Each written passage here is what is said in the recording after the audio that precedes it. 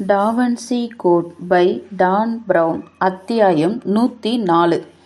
தேவாலய விதிமுறைப்படி Roslin Chappell என்று அழைக்கப்படும் அது ஸ்காட்லாந்தில் உள்ள எடின்பர்க்கிலிருந்து தெற்கே 7 மைல் தூரத்தில் மெத்ரே கோயில் பகுதியில் அமைந்திருந்தது.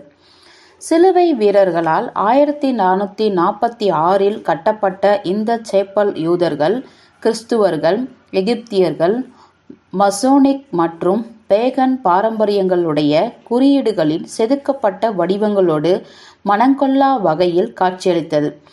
அந்த சேப்பலின் புவிசார் குறியீடுகள் கிளாஸ்டரின்பெரி வழியாக செல்லும் வடக்கு தெற்கு நிலநடுக்கோட்டின் கீழ் வந்தது.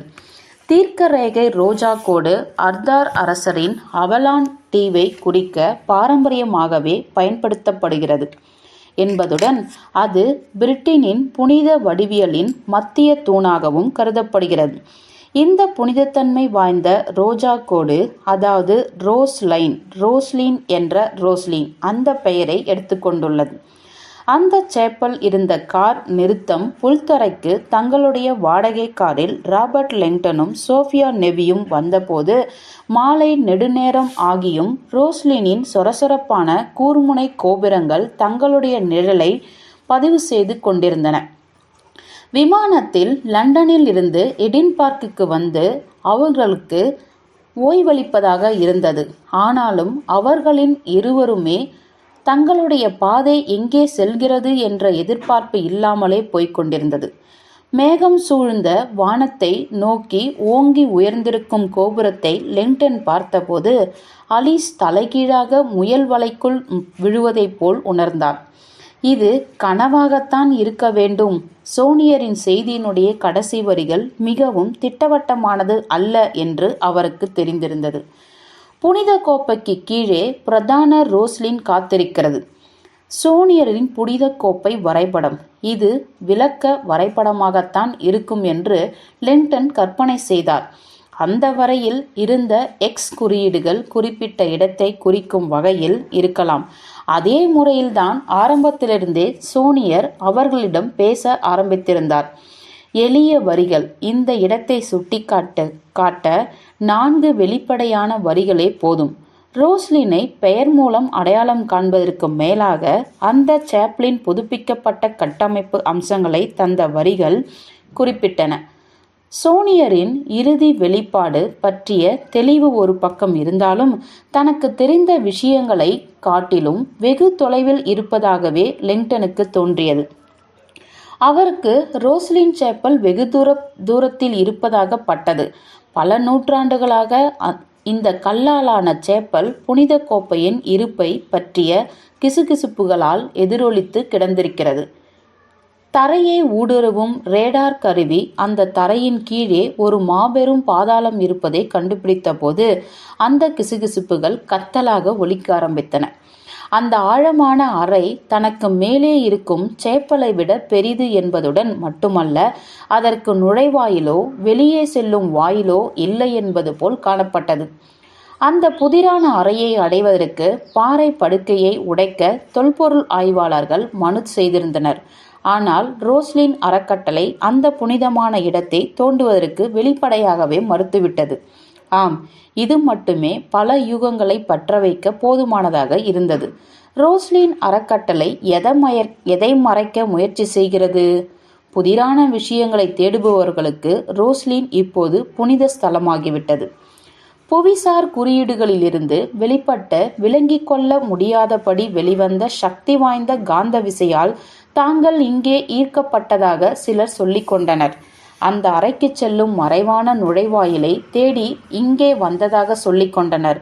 ஆனால் பெரும்பாலானவர்கள் சாதாரணமாக இங்கே சுற்றி பார்த்து புனித கோப்பை பற்றி தெரிந்து கொள்ள வந்திருப்பதாய் ஒப்புக்கொண்டனர். இதற்கு முன்பு லெங்டன் இங்கே வந்ததில்லை என்றாலும் புனித கோப்பையின் தற்போதைய இல்லம் இந்த சேப்பல்தான் என்று விவரிக்கப்பட்டிருப்பதால் அவர் புன்னகையுடனே காணப்பட்டார். ஒரு காலத்தில் புனித கோப்பைக்கு இல்லமாக இருந்த ரோஸ்லின் தான் நீண்ட காலத்திற்கு முன்பு, ஆனால் நிச்சயம் நீண்ட காலம் அல்ல, கடந்த பல பத்தாண்டுகளாக ரோஸ்லின் மீது மிக அதிகமான கவனம் செலுத்தப்பட்டதால் அந்த அறையில் நுழைய சீக்கிரமாகவோ அல்லது சற்று காலம் கடந்தோ யாரேனும் வழியை கண்டுபிடித்து விடலாம். நிஜமான புனித கோப்பை அறிஞர்கள் ரோஸ்லின் ஒரு பொறிதான் என்கின்றனர். அது எல்லோருக்கும் ஒப்புக்கொள்ளும் வகையில் சிலுவை மடம் உருவாக்கிய பொய்யான முட்டுச்சந்துக்குள் ஒன்று. ஆனாலும் இன்று இரவு சிலுவை மடத்தின் கர்ச்சாவை வழங்கிய ஒரு கவிதையானது நேரடியாக இந்த இடத்திற்கு தான் வழிகாட்டியிருக்கிறது. லெங்டனால் இன்னும் திருப்தியடைய முடியவில்லை. ஒரு சிக்கலான கேள்வி அவருடைய மனதில் நாள் முழுவதும் ஓடிக்கொண்டே இருந்தது. மிகவும் தெளிவான இடத்தை எங்களுக்கு காட்ட சோனியர் ஏன் அவ்வளவு தூரம் முயற்சி எடுத்திருக்க வேண்டும்? அதற்கு ஒரே ஒரு தர்க்க ரீதியான பதில் மட்டுமே உள்ளது. ரோஸ்லினை பற்றி நாம் தெரிந்து கொள்ள இன்னும் ஏதோ இருக்கிறது. ராபர்ட், சோஃபியா அவரை பார்த்தபடி காருக்கு வெளியே நின்றிருந்தாள். வருகிறீர்களா? அவள் அந்த ரோஸ்வுட் பெட்டியை கையில் வைத்திருந்தாள். முன்னதாகவே பெக்கே அவர்களிடம் அதை திருப்பி தந்திருந்தார். உள்ளே இருந்த 2 கிரிட்டஸ்களும் மறுமுறை அசம்பிள் செய்யப்பட்டு அவை கண்டுபிடிக்கப்பட்டு விட்டன என்பதை போல் ஒரே இடத்தில் வைக்கப்பட்டிருந்தன. பாபிரஸ் பாடல் அதனுடைய மையத்தில் பாதுகாப்பாக வைத்து பூட்டப்பட்டிருந்தது. வினிகர் நீக்கப்பட்டது. கல்லறைக்கு செல்லும் பாதையில் சென்ற அவர்கள் அதே சாப்ளின் பிரபலமான மேற்கு சுவற்றை கடந்தனர். சாதாரண பார்வையாளர்கள் வினோதமாக காட்சியளிக்கும் இந்த சுவர் கட்டி முடிக்காமல் விடப்பட்ட சாப்ளின் ஒரு பகுதி என்றே யூகித்துக் கொள்வார்கள். ஆனால் உண்மை மிகுந்த சுவாரஸ்யமானது என்று லெங்டன் நினைவு கூர்ந்தார். சாலமன் கோயிலின் மேற்கு சுவர். ஜெருசலத்தில் உள்ள சாலமன் கோயிலின் அதே கட்டடக்கலை ப்ளூ பிரிண்டை கொண்டு சிலுவை வீரர்கள் ரோஸ்லின் சேப்பலை வடிவமைத்தார்கள். மேற்கு சுவரில் முடியும் இதில் ஒரு குறுகலான செவ்வக கல்லறை தோட்டம் மற்றும் அசலான 9 நைட் வீரர்களும் முதலாக தங்களுடைய விலை மதிப்பிட முடியாத பொக்கிஷத்தை தோண்டியெடுத்த புனிதர்களின் புனிதம் போன்ற பாதாள அறை ஆகியன அடங்கும். கோப்பையின் அசலான மறைவிடத்தை எதிரொலிக்கும் நவீன கோப்பை பாதுகாப்பு அறையை கட்டுவது என்ற சிலுவை வீரர்களின் யோசனைப்படி கட்டப்பட்ட ஒரு சுவாரஸ்யமான கல்லறையும் இங்கு உண்டு என்பதை லெங்டன் ஒப்புக்கொள்ளத்தான் வேண்டும். லெங்டன் எதிர்பார்த்ததை விட ரோஸ்லின் சாப்ளின் நுழைவாயில் மிகவும் எளிமையாக இருந்தது. அந்த சிறிய மரக்கதவில் 2 இரும்பு பட்டைகளும் ஓர் எளிய ஓக் மர குறியீடும் இருந்தன. ரோஸ்லின் அந்த பிரதான எழுத்து இந்த சேப்பல் அமைந்திருக்கும் ரோஜா கோட்டு நிலநடுக்கோடு என்ற பெயரிலிருந்து பெறப்பட்டது என லெங்டன் சோஃபியாவுக்கு விளக்கியிருந்தார். அல்லது கோப்பை அறிஞர்கள் நம்புவதைப் போல் மேரி மேக்தலின் வம்சாவளியாக குறிப்பிடும் ரோஜா வரிசை என்றும் வைத்துக் கொள்ளலாம். சேப்பல் விரைவிலேயே மூடப்பட இருக்கிறது. லெங்டன் கதவை தள்ளி திறந்தபோது கதகதப்பான காற்று வெளியேறியது. அது அந்த பிரதான கோபுரம் அந்த நீண்ட நெடிய நாளில் நீண்ட நேரம் நின்றதற்கான சோர்வுற்ற விசம்பலாகவும் இருக்கலாம். நுழைவாயில் வளைமுகுடுகளில் பூத்து குலுங்குங்கள் பூக்கள் செதுக்கப்பட்டிருந்தன. ரோஜாக்கள். தேவதையின் கருவறை. சோஃபியாவுடன் உள்ளே நுழைந்த லெங்டன் புகழ்பெற்ற அந்த கல்லறை தோட்டத்திற்கு அப்பால் தன்னுடைய கண்கள் செல்வதையும் அவற்றினுள் இருப்பவற்றை பற்றியுமே நினைப்பதை உணர்ந்தார். ரோஸ்லினின் பிரமாதமான கல் சிற்ப வேலைப்பாடுகள் பற்றி படித்திருந்தாலும் அதை நேரடியாக பார்ப்பது மனதை கொள்ளை செய்வதாக இருப்பதை அவர் உணர்ந்தார். குறியீட்டலின் சொர்க்கம். லெங்டனின் சக பணியாளர் ஒருவர் இதை இப்படித்தான் அழைப்பார். அந்த சேப்பலின் ஒவ்வொரு மேல்தளத்திலும் குறியீடுகள் செதுக்கப்பட்டிருந்தன. கிறிஸ்துவ சிலுவை வடிவங்கள், யூத நட்சத்திரங்கள், மெசோனிக் முத்திரைகள், சிலுவை வீரர்களின் சிலுவைகள், கொம்புகள், பிரமிடுகள், வானியல் குறியீடுகள், தாவரங்கள், காய்கறிகள், தாரகைகள் மற்றும் ரோஜாக்கள். சிலுவை வீரர்கள் கற்சிற்பிகளில் சிறந்து விளங்கினர்.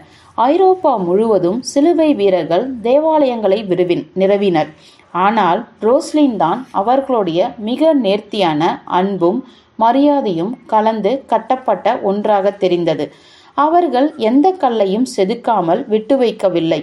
ரோஸ்லின் சேப்பல் தான் எல்லா நம்பிக்கைகளுக்குமான, எல்லா பாரம்பரியங்களுக்குமான, அதற்கும் மேலாக இயற்கை மற்றும் தேவ மடாலயம் உள்ளன. ஓர் இளைஞன் அன்றைய தினத்தின் கடைசி சுற்றுலாவை அளித்து கொண்டிருந்ததை கேட்டுக்கொண்டிருந்த ஒரு சில பார்வையாளர்களை தவிர அந்த கல்லறை தோட்டம் வெறிச்சோடி காணப்பட்டது. அங்கே பிரபலமான வழியில் அவர்களை ஒரு வரிசையாக அவன் அழைத்து சென்று கொண்டிருந்தான். அந்த வழி அந்த கல்லறை தோட்டத்திற்குள்ளாகவே 6 முக்கிய இடங்களை இணைக்கக்கூடியது.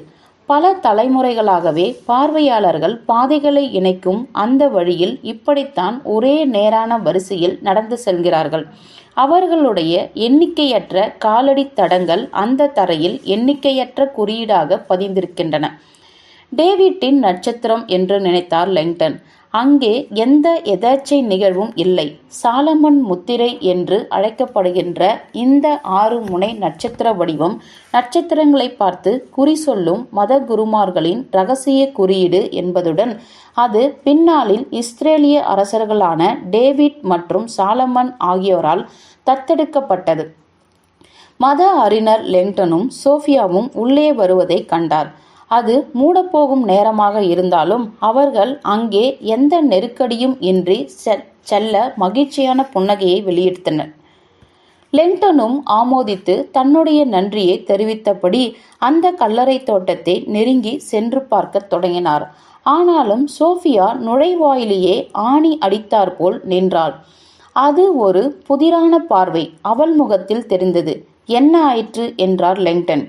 சோஃபியா அந்த சேப்பலையே உற்று நோக்கினாள். இதற்கு முன் இங்கே வந்தது போல் இருக்கிறது. லெங்டனுக்கு ஆச்சரியமாக இருந்தது. ஆனால் நீ ரோஸ்லின் என்ற பெயரையே கேள்விப்பட்டதில்லை என்றாயே? இல்லைதான். அவள் அந்த இடத்தை ஆராய்ந்தாள். நிச்சயமற்று நோக்கினாள். என்னுடைய சிறுவயதில் என் தாத்தா என்னை இங்கே அழைத்து வந்திருக்கலாம். எனக்கு தெரியவில்லை. இதை நான் பார்த்தது போலவே இருக்கிறது. அவளுடைய கண்கள் அந்த அறையை ஆராய்ந்து கொண்டிருந்த போது அவள் மிகுந்த நிச்சயத்தன்மையோடு தலையசைக்க தொடங்கினாள். ஆமாம், அவள் அந்த கல்லறையை தோட்டத்தின் முன்பக்கத்தை சுட்டி காட்டினாள். அந்த 2 தூண்கள், நான் அவற்றை பார்த்திருக்கிறேன்.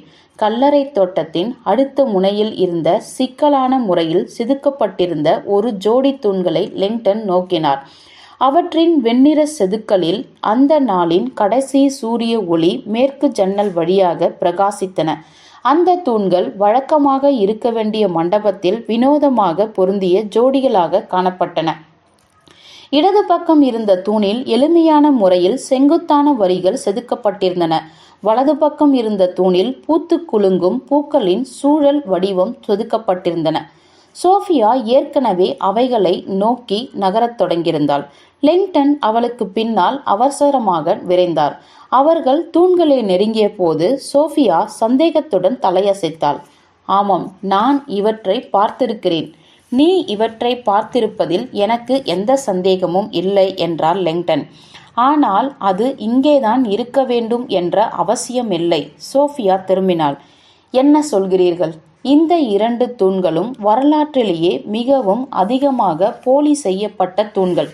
இதன் போலிகள் உலகம் முழுவதுமே இருக்கின்றன. ரோஸ்லின் போலிகளா? சோஃபியா சந்தேகத்துடன் பார்த்தாள். இல்லை, அதனுடைய தூண்கள் மட்டும்தான்.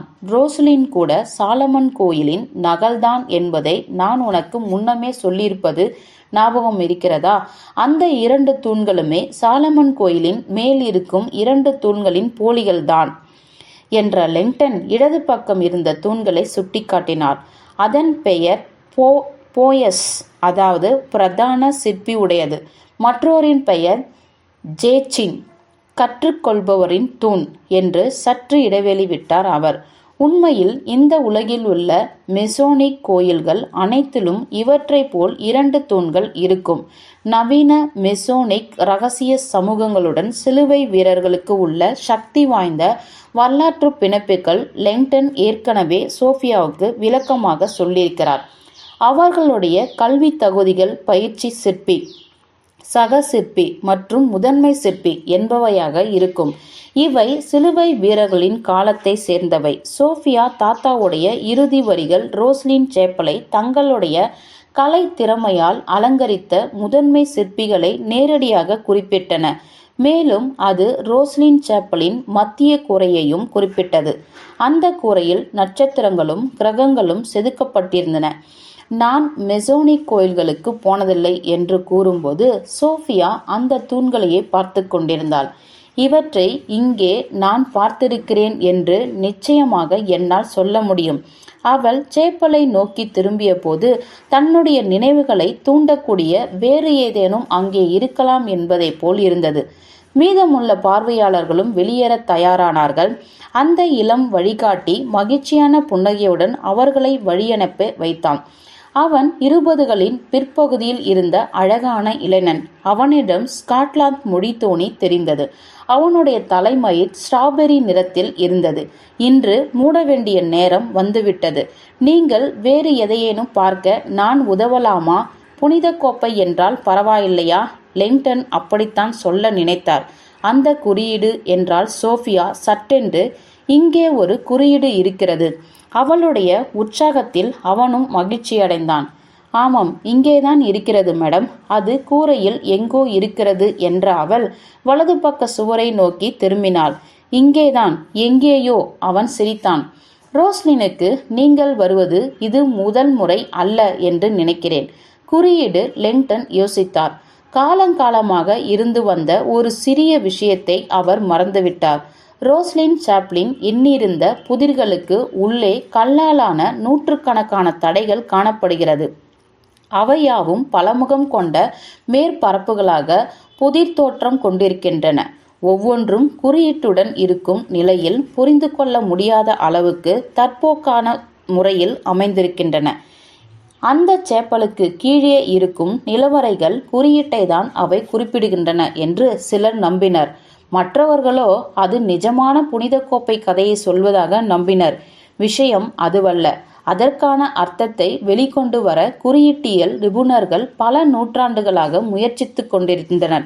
இன்று வரை ரோஸ்லின் ட்ரஸ்டானது அதன் நிஜமான அர்த்தத்தை வெளிப்படுத்துகிறவர்களுக்கு சன்மானம் தருவதாக அறிவித்திருக்கிறது. ஆனாலும் அந்த குறியீடு புதிராகவே எஞ்சியிருக்கிறது. உங்களுக்கு காட்டுவதில் மகிழ்ச்சி அடைவேன்.